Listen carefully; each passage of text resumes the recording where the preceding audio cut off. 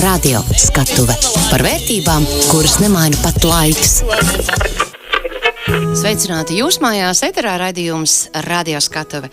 Kurzemes radio, tāpat kā vispārējie klausītāji, šokar atrodas tādās puteņu, meteņu, ziemas beigu, mīlestības gaidās. Tas viss virmo gaisā. Šodien tāds ļoti īpašs un interesants laiks.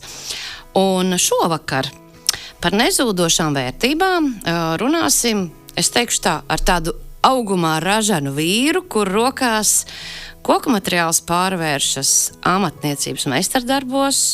Turklāt viņš prot iedvesmot uz šo radošo darbu arī tos, kuri nekad to iepriekš nav veikuši paši. Un šī vakara raidījuma radioskatu viesis ir pedagogs, mebeļu galdnieks un kopradzes telpas ādatu fabrika prototipēšanas un kokapstrādes darbnīcas vadītājs Māris Saulgriezis. Labvakar! Labvakar! Māra, prieks tevi sastapt tādos puteņu pievakarē. Kā tev pašam ir ar to? Zini kā, mēs jau tomēr esam tai paaudzei piederoši, kas tā ļoti ar tām vispasaules svinībām nenodarbojas. Katram jau ir tās savas tradīcijas ģimenē. Kā tu sagaidīsi Valentīna dienu? Es noteikti, kad ģimenē būšu ar savu sievu un meitiņu, un noteikti tas būs tāds ģimenisks kopā pavadīšanas laiks.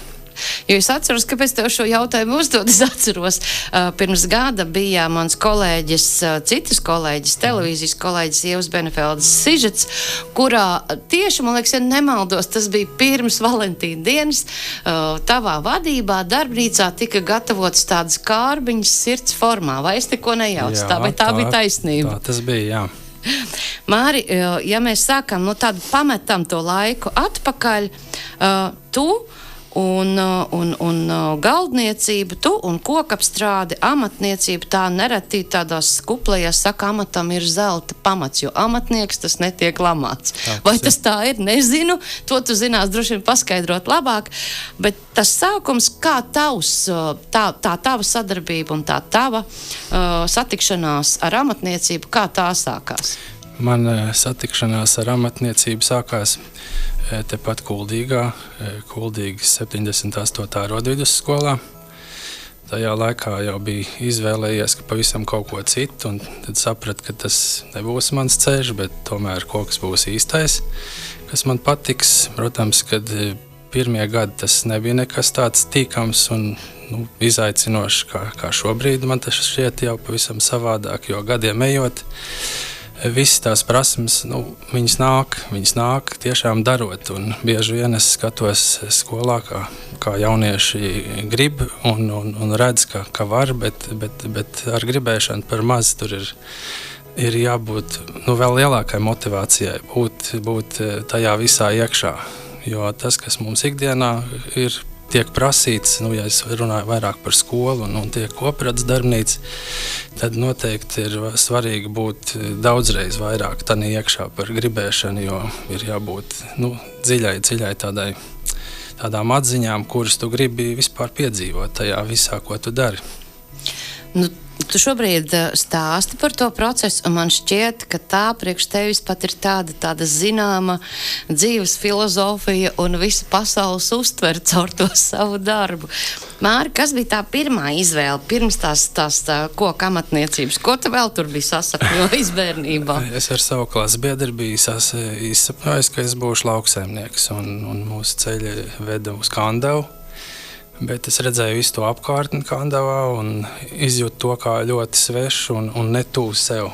Un tas nebija mans, jo es to sapratu. Nē, tas nav mans.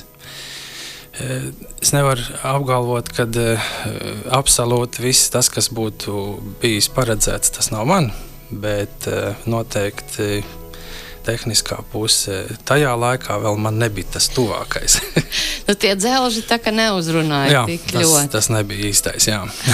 Un pēc tam, pēc Kuldīgas, bet tu esi kārtīgs kuldīdznieks, tu esi pats dzimis audzis Kuldīgā, un šī ir tava dzimtā vieta. Šī ir mana dzimtā vieta, un tajā laikā, kad vēl vecā slimnīca pastāvēja, es esmu izrādās, ka dzimis tieši šajā adatfabrikas mājā, jo esot bijis, kā mamma stāstīja, kaut kāda dezinfekcijas vai kāda uzlabojumu, un tieši šajā mājā es esmu piedzimis adatu fabrikā. Tas man ir tā, liekas, neiedomājami, kā tā var sakrist.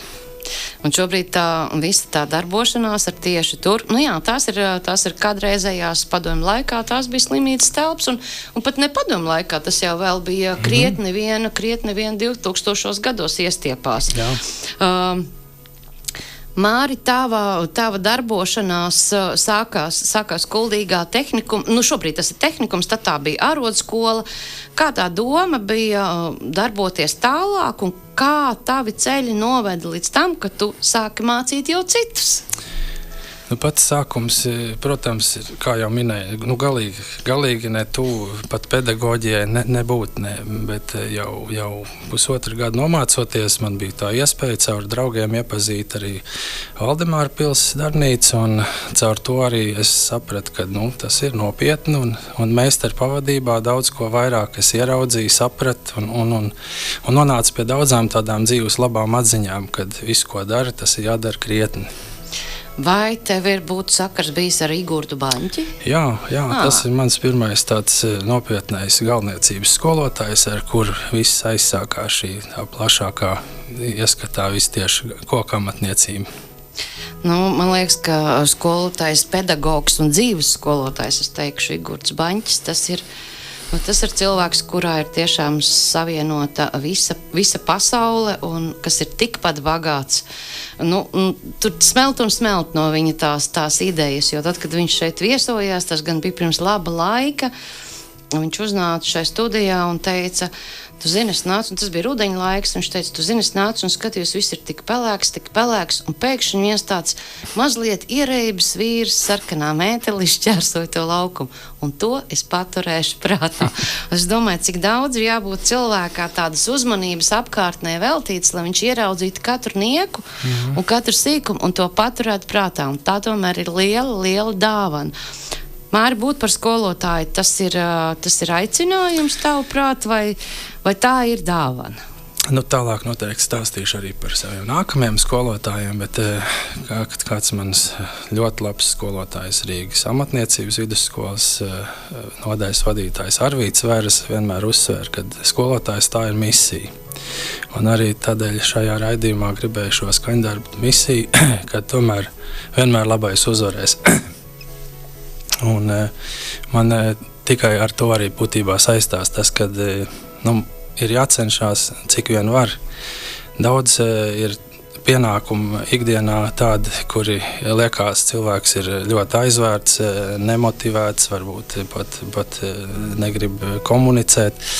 Bet es saprotu to, ka tieši caur šīm amatniecības prasmēm es varu daudzreiz vairāk pateikt nekā verbāli cilvēkiem kaut ko uzsvērt, kad es esmu šāds un nesavādāks.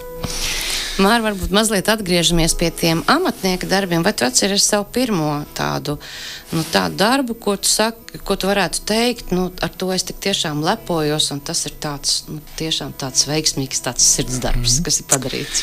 Mans pirmais darbs bija beidzot arodu vidusskola, bija gulta izgatavot ar kogriezumiem, un kogriezumi bija tie, kas man visvairāk uzrunāja jau tajā laikā, un es gribēju būtībā iemācīties to, ko tajā laikā pat skolā īsti nevarēja apgūt, bet pie Igorda Baņķa tas ieskats bija daudzreiz plašāks, tāds visaptvarošs, jo Igords vienmēr, es gan teikšu, kā tēvs pieņēma man sevi apkārt būt un redzēt, kā viņš to ikdienā dara, un man tas ļoti, ļoti uzrunāja. Tas man bija svarīgi.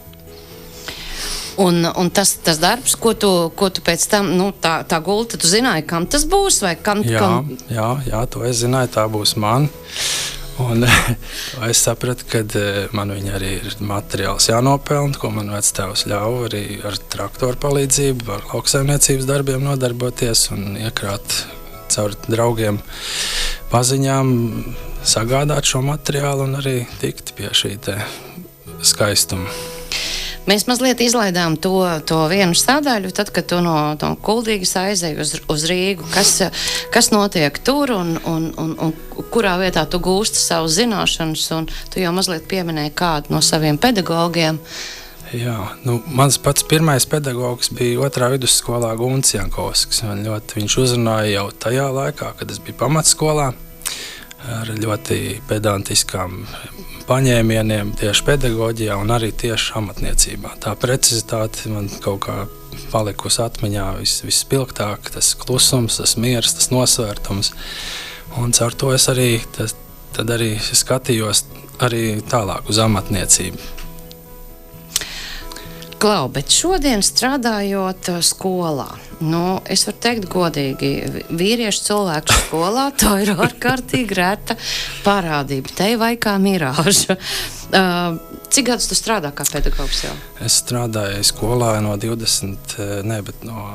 tātad man bija 22 gadi, kas sāku strādāt. Šobrīd man ir 42 dolītās. Tāds papraus laiciņš jau, Vai tu atceries savu pirmo mācību stundu? Jā, es atceros. Man tas nebija pārsteigums, jo tā vide tajā brīdī manis bija pilnīgi saprotama. Es biju daudz ko jau apgūs šeit Kuldīgā, jau man gadi bija tik daudz, ka es tiešām varēju būt savā kursā līderis. Un mani uzrunāja jau 2. kursā strādāt Rīgas amatniecības vidusskolā par laborantu.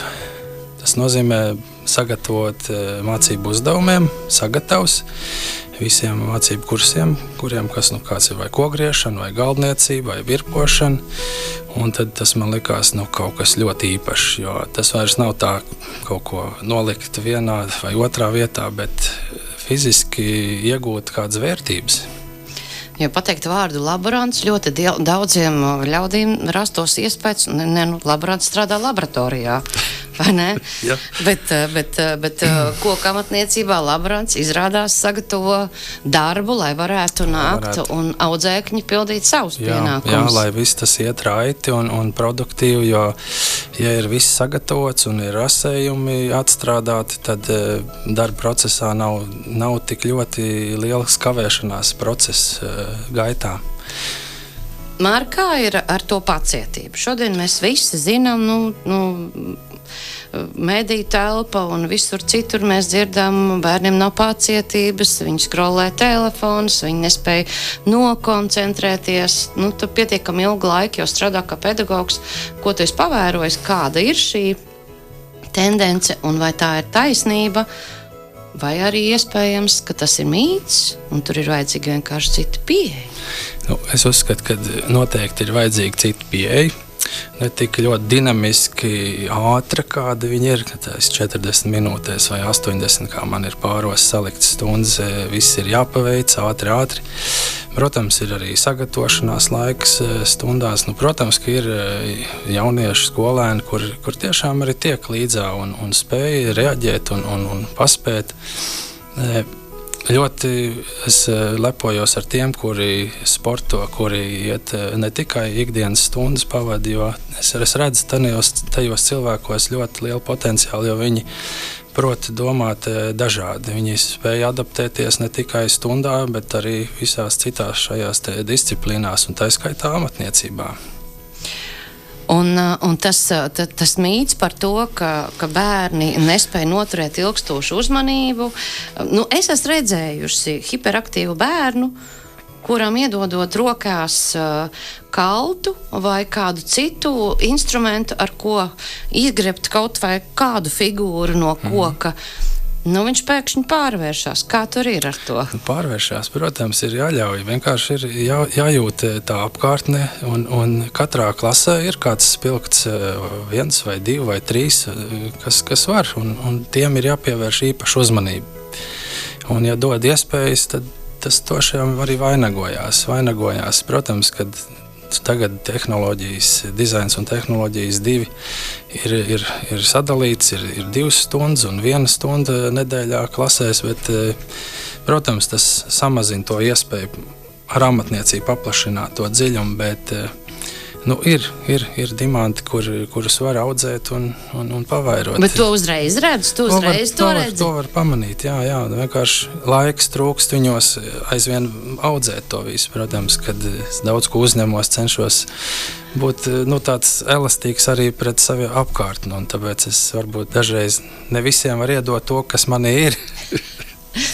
Māri, kā ir tie puikas vai meitenes, viņi redzot skolotājā šo te mierīgo, nosvērto cilvēku, es pieņemu, kāds to arī esi stundās, un rāmi stāstot lietas, kas ir jāizdara, nekur netrencot bērnu, viņam kaut kādu mierosti iespējams tai sabangotajā dienā ir tās 2 stundas kopā.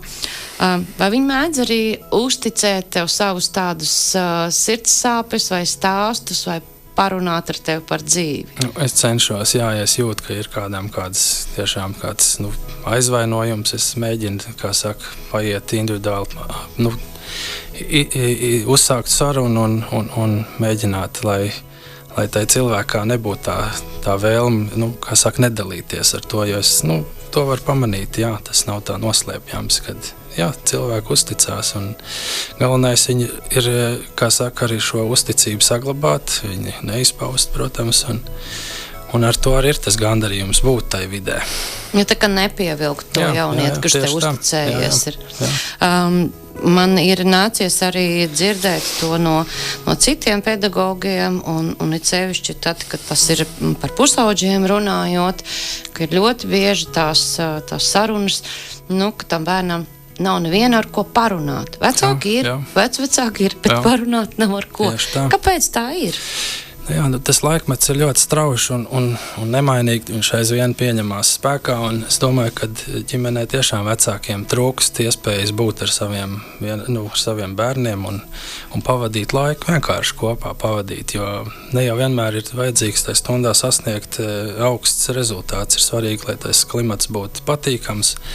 Un pat tam, kuram varbūt ir galīgi neērti būt tajā stundā, ir jāatrod kaut kāda iespēja būt tur, nevis kaut kā izraidīt vai teikt, ka tu esi tāds vai šāds. Vienkārši atrast tādu kompromisu, ne jau vienmēr piekāpties. Māri, mēs tūliņ mazliet muzikāli iepauzēsim, bet tu esi izvēlējies nākamo dziesmu Emīla Dārziņa melankolisko valsi, vai tas ir kāds īpašs skaņdarbs? Jā, tas ir ļoti īpašs, un es vienmēr esmu centies saprast mūziku. Protams, ka mūziku saprast nebūs tik viegli, bet melankoliskais valsts, tas ir kaut kas man īpašs un patīkams, jā. Tad es sevis sirdī mīļa melodija. Jā. Labi, klausamies. Radio skatuve par vērtībām, kuras nemaina pat laiks. Par vērtībām, kuras nemaina laiks, mēs runājam šovakar, un pie manas ciemos ir Māris Saulgriezis, skolotājs, citi teiktu pedagogs, kāds saka, kokamatniecības meistars, mēbeļu galdnieks, bet vēl viņam piedēvē tādu pavisam savādu. Es, starp citu, pirmoreiz dzirdot šo vārdu, es tā tīri pabrīnījos, domāju, tāda nodarbe ir. Prototipēšanas darbnīca. Kas ir prototips, to varētu domāt, ka zina skatūs cilvēki. Tie, kam ir jāiedomājas un jāatveido un savā galvā jāizdomā prototips tam tēlam, ko viņš tūlīt liks uz skatūs. Kas ir prototipēšanas darbnīca un kā viņa vispār radās, kā tā ideja radās? Tad pat prototipēšanas darbinīca atrodas Kalpoku ielā 4, kurā ir pirmajā stāvā ietilpst gan biznesa inkubators, gan digitālais centrs, un tā skaitā kokapstrādes prototipēšanas darbnīca. Tā idejas būtība ir dot iespēju pilsētai un ne tikai cilvēkiem nākt ar saviem materiāliem un strādāt. Tad 2 reizes nedēļā tur esmu, gan trešdienās, gan piekdienās. Cilvēks var atnākt ar savu ideju, apspriesties, pieņemt lēmumus un nākt vienkārši strādāt. Kā tas ir, Māri? Man tagad ir mājās tāds varbūt labs ozolkoka dēlis vai kāds cits nogabals, un es tagad izdomāju, ka man no šī vajadzētu dabūt gatavu šo te. Es ņemu savu dēli padusē un dodos pie tevis. Jā, dodās pie manis, un tad mēs izspriežam, kā tas viss var tapt. Protams, es nāku arī pretī ar savām, kā saka, dzīves pieredzi un atziņas, kas varētu būt tur labs, kā vajadzētu, protams, uzklausīt arī savus klientus, jo tas ir ļoti būtiski ieklausīties katrā, jo nevienmēr tas, ko es piedāvāju, nevar būt, protams, pats pirmais, jo jo es jau tomēr esmu tas, kas uzklausa, un tikai tad mēs pārunājām, kas kā. Māri, bet šis ir diezgan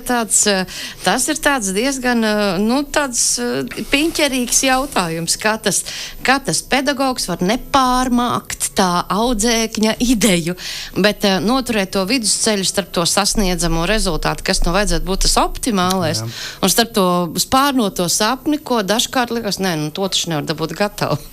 Jā, katram ir jāuzliek arī šī te laika mēra skala, kurā, kā saka, arī varētu ietilpt iekšā. Protams, nevienmēr tas tā izdodās, bet es cenšos. Un man liekas, ka līdz šim tas, kas ir radīts prototipēšanas darbnīcā, katrs, kurš ir vēlējies, un arī šodien vakarā bija atnākuši daudz cilvēku strādāt, un es redzu tiem cilvēkiem, ka tā viņiem ir reāla vajadzība pēc kādas lietas, vai tā ir bišu strops, vai kādam tas ir eveļsols, viņš viņu grib, tas nozīmē, ka tā ir reāla motivācija panākt rezultātu. Protams, kad daudzo gadu garumā šī iespēja saprast, kā lietas top, man tas ir skaidrs, bet man ir svarīgi, lai tas, kas ir ar mani kopā, arī tam tic un notic, ka varu izgatavot šo vai ko citu. Bet daudz cilvēki nāk uz darbnīcu ar vien vairāk nāk, kā tu esi novērojis? Es uzskatu, ka šeit ir ļoti elastīga tā pieeja, un arī no manas vadības puses ir patīkami vienmēr, kad uzticās, un tāpēc arī cenšos uzticēties, tie, kas nāk, ir motivēti.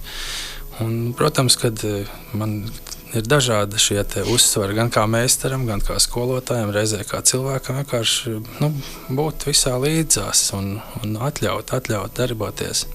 Tie cilvēki, kas pārsvarā ir ap un pie Kuldīgas pieguļošas teritorijas, ja brauc arī tālākus gabalus? Brauc arī no tālākām vietām, gan no Jaunpils paziņu brauc, un arī no Pūras.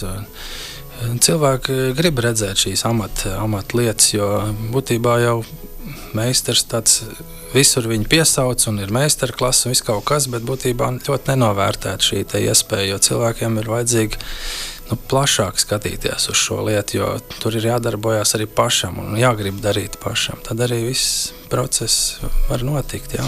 Bet tās tehnoloģijas, labi, man varbūt ir tas koka gabals, bet vairāk man nekā nav. Jā, un es vienalga ar to varu braukt. Jā, pilnīgi droši, un es uzskatu, ka nevajag daudz, lai sāktos process, jā.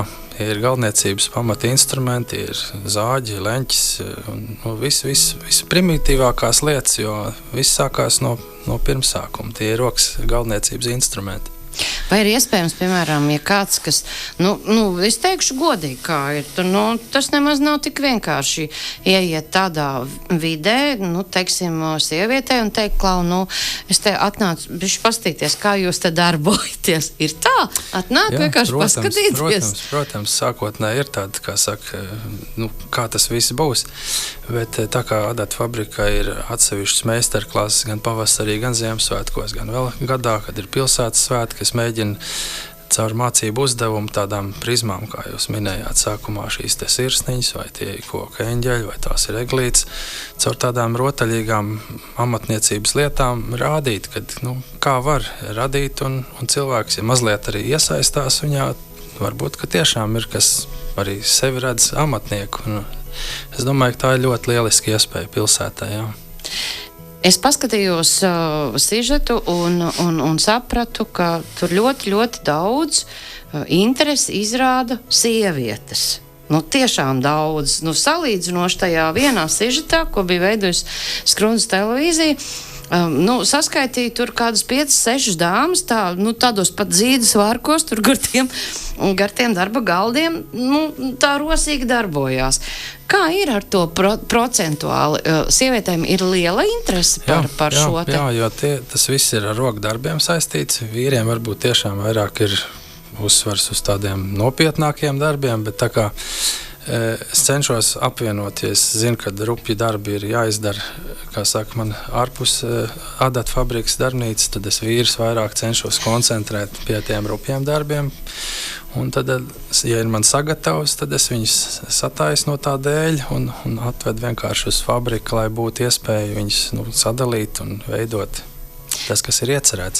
Māri, kas ir labs materiāls? Vai šodien Latvijā ir daudz laba koka materiāla, no kā veidot mēbeles vai izstrādājumus dažādas saimniecībai noderīgus? Man liekas, ka mūsos pašos latviešos ir tā vēlme vienmēr krāt, un katram ir kaut kas, vai tas ir kādā šķūnītī vai vēl kaut kur. Protams, ir šie krājumi. Bēdiņos. Jā, un katrs redz to pielietojumu, un tad caur šīm te iespējām arī tiek meklēts pielietojums tam konkrētam koku materiālam. Bet ja mums tagad klausās klausītājs un tā pie sevis nodomā, bet es arī gribētu tur aizbraukt un paskat, vai ir īpaši jāpiesakās tev, vai kā labāk darīt? Var rakstīt arī e-pastu, kas ir Ādata fabrikā mājaslapā ierakstīts, un arī, protams, var atrast, vai ne? Jā, gan arī zvanīt man, tas arī Ādata fabrikā ir norādīts. Telefona numurs. Es cenšos vienmēr uzņemt šo sarunu un ieklausīties, un tad arī vienoties, kas kā. Un salāgot tos laikus, un tā, lai tie pirmie neprašas gluži nav varbūt ar beidzējiem kopā. Jā. Ir tā, ka cilvēks izveido savu produktu, un tad viņš atgriežās kādreiz vēl ar kaut kādu nākamo lietu? Protams, jā, arī tā ir. Es vienkārši es klausos, un es esmu ārkārtīgi patīkami pārsteigta par to un ļoti, ļoti iepriecināta, ka tāda lieta ir un ka tas ir pieejams un tas ir pieejams novakarēs un tajos laikos, kad tas netraucē cilvēku pamatdarbām. Un katrā ziņā arī vieta ir ārkārtīgi simpātiska, pateicīga arī par prototipēšanu apmēram mēs esam tagad iepazīstinājuši klausītāji. Es gribēju vēl tev pavaicāt par kādu citu lietu, ar ko pēdējā laikā ir ļoti aizrāvusies visa modernā sabiedrība, ka dzīvokļos mēs liekam IKEA mēbeles un liekam arī sūtīts mēbeles, Dievs vien zina no kurienes, ar ko gatavots, ar ko apstrādāts, to ar neviens nezina, un liekam tur iekšā gan zīdaiņus, gan savus maidzīvnieks un visādas lietas. Kāds ir tavs skatījums uz to, kā mums piepildās mūsu tas tirgus, ko var galdnieki un ko var meistari piedāvāt, un vai Latvijā ir pietiekami daudz to meistaru, kas var apmierināt šīs te vēlmes cilvēkam savā mājoklī ielikt Latvijā ražotu koku izstrādājumu? Es domāju, ka Latvijā ir gan daudz labu meistaru, mēbeļu galdnieku, un tiešām tā iespēja ir. Protams, tas viss atsaucās uz izmaksu. Uz maciņu. Jā, uz maciņu, protams, bet tie, kas kaut ko vēlās, kaut vai minimāli, bet es domāju, to pašu saplāksni arī var pielietot arī masīvu koku un var arī modelēt sev kaut ko skaistu. Protams, ka var veidot kādas rasējumus, kur ir mērogā šis te modelējums un tā, kā saka, ar tai pašā prototipa darbnīcā kaut vai nedaudz, bet mēģināt, jo tas ir individuāli, protams. Ja man šķiet, ka tā ir tāda, jau atpakaļ nākoša, ļoti, ļoti tāda novērojama tendence, ka cevišķi tie cilvēki, kas iegādājas privātu mājas vai mājas laukos, ar vienu vairāk, tu jau redzi cevišķi žurnālos, kur ir kāds tematisks žurnāls tieši par lauku mājām, tu redzi vecas mēbeles, tad viņas ir ar kaut ko apstrādātas, un tad jau viņai ir iedot otrā un varbūt pat trešā dzīve. Jā. Un tad liekas, ka tas izstrādājums ir ar stāstu, ar mūžu, un viņam tiek iedots vēl viens mūžs klāt. Protams.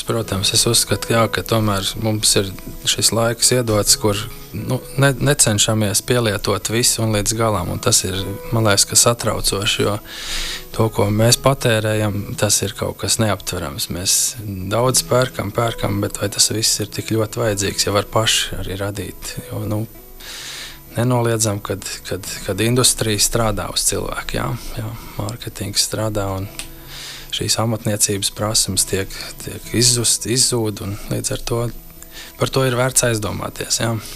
Nu, ja godīgi, es tagad savā galvā, kamēr tu atbildēji uz manu jautājumu, pārliku, cik es savā pagastā zinu tos cilvēkus, kas ir spējīgi ko labu uzmeistarot. Nu, 2 zinu.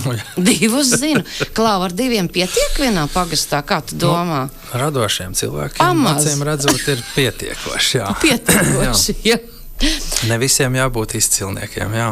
Bet kā tev pašam šķiet, mums to meistaru ir gana daudz Latvijā, vai tomēr būtu tā kā jāpadomā par to, ka mums viņi ir vajadzīgi mazliet vairāk, kaut vai tīri tāpēc, lai tas, nu jāsaka tā, lai tas vīrs mājās sievai varētu pats arī kaut ko pagatavot, ne tikai pašķirstīt interneta lapu, lai pateikt, nu klausies, uz šito mēs arī aizbrauksim, šito krēslu nopirksim.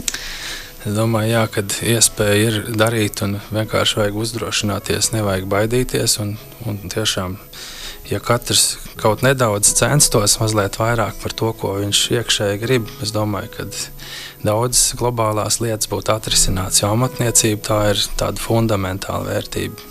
Nu, turklāt tas izējmateriāls mums vienmēr būs pietiekošā daudzumā. Mums tas ir tik bagātīgi, lai visi to saprastu tiešām. Ja tev kā amatniekam būtu jāsaka, vai tu arī varētu dot kādu padomu, kad labāk koku zāģēt, lai viņš būtu labāks koka materiāls, vai tu to ievēro arī pats, ja tu kaut ko tādu, ja tev tam neatliek laika, tu, ka strādā ar materiālu, kas tev ir? Nu, protams, kad gada laika nosaka šo te vērtību, protams, janvārs, februāris, un man nevienmēr izdodās visā tajā iekļauties, bet, protams, kad svarīgi ir, doši tiešām svarīgi ir koku apstrādāt secīgi, jā, lai nebūtu, kā saka, iekšā visādas kaitas viņā. Tā kā tiem senčiem savā ziņā ir bijusi ļoti liela taisnība. Protams. Katram darbam ir savs laiks. Jā, klimats nosaka daudz. Māri, kas ir vēl tās lietas, kuras tev sagādā prieku, gandarījumu, ko tu dari tad, kad tu neesi savā darbnīcā? Un kas tad ir tas tavs sirdsprieks, kas tev rada to, es gribu, lai tu pasaki to recepti, kas tevī rada to mieru un to gaišo, to skatu uz dzīvi, ka tu ar to vari dalīties un to dot arī citiem. Mans gandarījums ir būt skolā, redzēt to, ka jaunieši ir apkārt, ka viņi ne tikai var redzēt, bet arī paši darīt. Kaut vai nedaudz, bet tomēr darīt, un ka kaut kādas lietas, kas ir radītas, mums paliek arī pašā apkārtējā vidē. Tas man tiešām gandarīt, jo jau tajā laikā, kad es mācījos Rīgas amatniecības vidusskolā, man bija tas milzīgs, kā saka, tāds patiesas gandarījums darīt darbus, kurš paliek sev līdzās redzams apkārt, jo tad arī citi to redz, un citi par to var izteikties un sajust, ka šeit dzīvo cilvēki un kad katrai lietai ir vērtība, ka viņa nav tā vienkārši te nolikta un viņa šeit ir, jo Kuldīga tā, man liekas, kā ir viskaistākā pilsēta Latvijā. Es pat pastrīdētos uzteikt vienu no skaistākām pilsētām pasaulē. Jā. Ir sevišķi tas, kas piedzimis Kuldīgā un ar Kuldīgas sirdī, tam ir tā pilsēta, tā ir mana pasaules kartas galvenā pilsēta. Tā ir. Un Kuldīgs, starp citu, arī ir viena no tām pilsētām, kas tos savus sejas vaipstus, paldies Dievam, ka ir tomēr izdevies viņus saglabāt.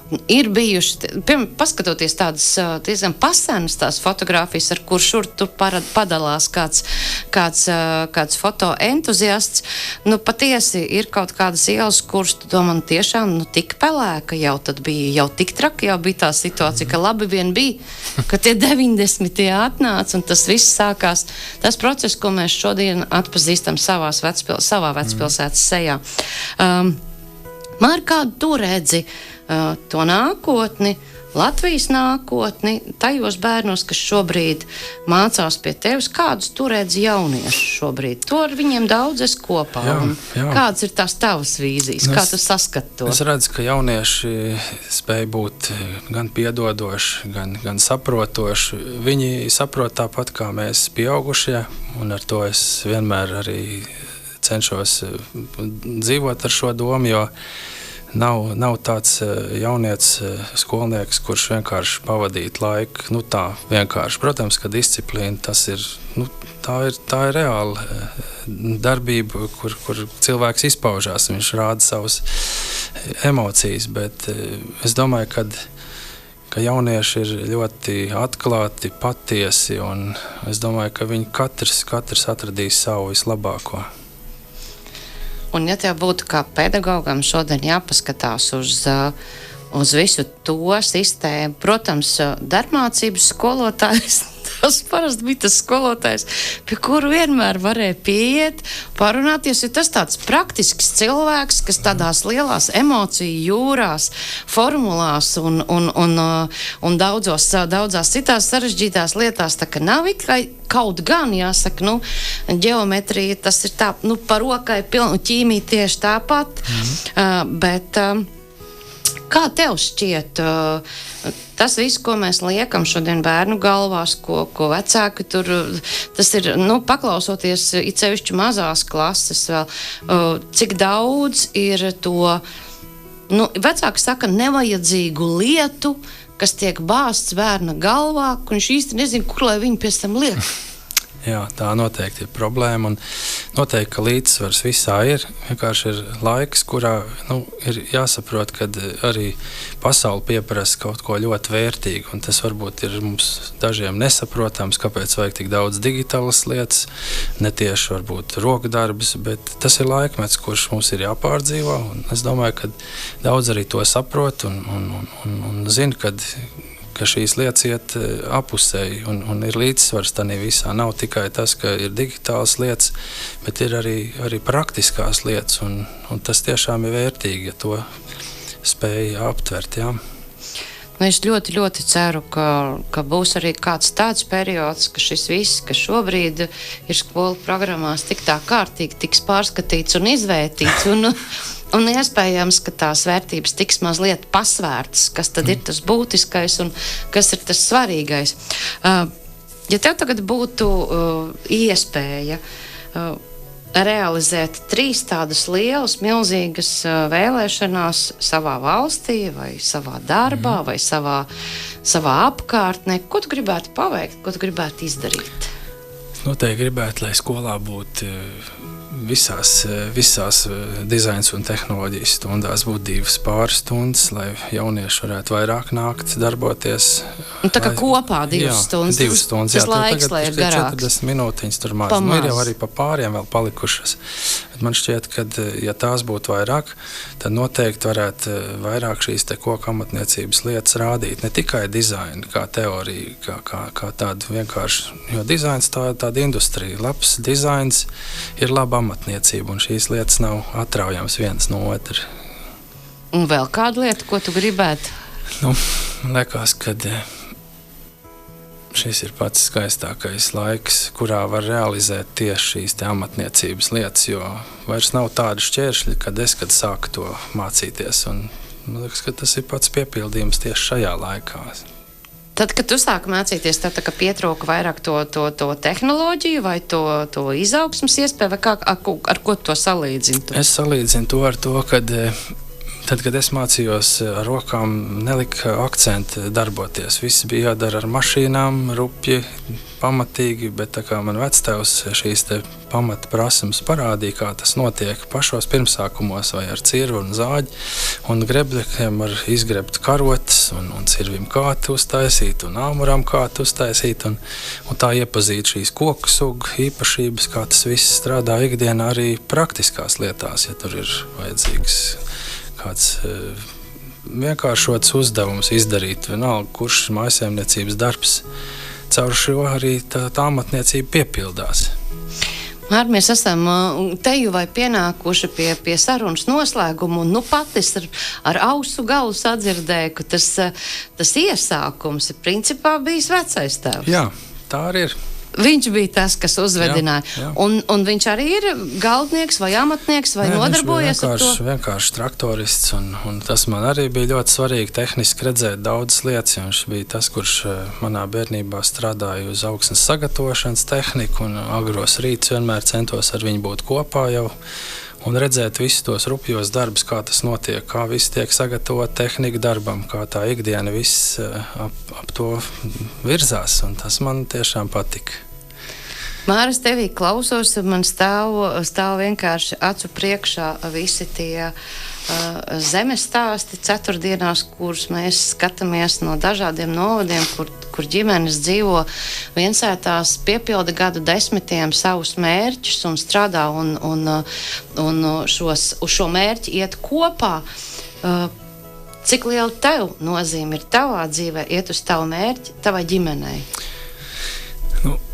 Tā kā mums arī ģimenē ir tāda maza sapnīca, reiz iekopt savu sētu un viņu pilnveidot, tad man ir ļoti svarīgi, jo man ir arī bites un man patīk arī tā viss bišu saimniecība, kā tas notiek, un patīk tā apkārtne, tas miers un tā saskarsme ar dabu, jo arī zemes darbi man nav sveši un man tas ļoti, ļoti, ļoti patīk, jā, jo caur vecstāvu es to esmu iemācījies un viņš man ļoti daudz ir parādījis, kā caur šiem zemnieku lietām var ieraudzīt pasauli daudz plašāk un ne tikai tādās vienkāršās racionālās lietās. Un pašā noslēgumā, Māri, es gribētu tomēr izlūgties tev kādu laba vēlējumu tiem vecākiem, kuriem varbūt pietrūkst, 5 dienas nedēļā pietrūkst laika vakaros parunāt ar savu bērnu. Ko tu ieteiktu viņiem? Pabūt ar viņiem kopā, ar bērniem būt kopā, tas ir ļoti svarīgi. Mēs to vienkārši tā no malas liekas, vai mums vajag to izdarīt un tad, kad tas būs, tad viss būs labi, bet principā jau viss tas ir jāatliek un jābūt ar saviem bērniem vistuvāk, pavadīt laiku, tas ir ļoti svarīgi. Tur nav termiņam nekāds noilgums, tev ir jābūt ģimenē, un tas ir vienīgā iespēja pabūt un turēt savu ģimeni tādā ļoti augstā vērtībā. Mēs tūliņ klausīsimies tevis izvēlēto noslēgumu melodiju, bet pirms izskan Gatves deja, kokamatniekam Gatves deja, es domāju, tik laba izvēle. Bet es tev, Māri, gribu teikt milzu paldies par tavu mieru un par tavu labestīgo dalīšanos ar savām prasmēm, jo man šķiet, ka tas mums ir šobrīd sabiedrībā tik ļoti liels deficīts, jo labestība, miers, sirsnība, pacietība un ieklausīšanās. Tur mums ir liels iztrūkums, bet tas labais tajā visā ir, ka mums katrā ir ielikt šis potenciāls, tādu sasniegt. Tā kā paldies tev par to, ko tu ieguldi lielos un mazos, pieaugušos un varbūt ne tik ļoti pieaugušos cilvēkos, bet es ceru un es ticu, ka tādas labas lietas viņas vienmēr nes savus augļus. Paldies tev, Māri, par sarunu un paldies arī par to, ko tu dari. Paldies jums! Māris Saulgriežs šovakar pie mums ciemojās, ar jums sarunājos es, Dāce Blathena, pie skaņa pults bija mans kolēģis Mārtiņš Vasmus. Tagad gan Gatves deja un jums, draugi, novēlu ļoti skaistu šo sniegoto novakari un noteikti sasviniet kārtīgi arī rītvakaru. Radio skatuve par vērtībām, kuras nemaina pat laiks.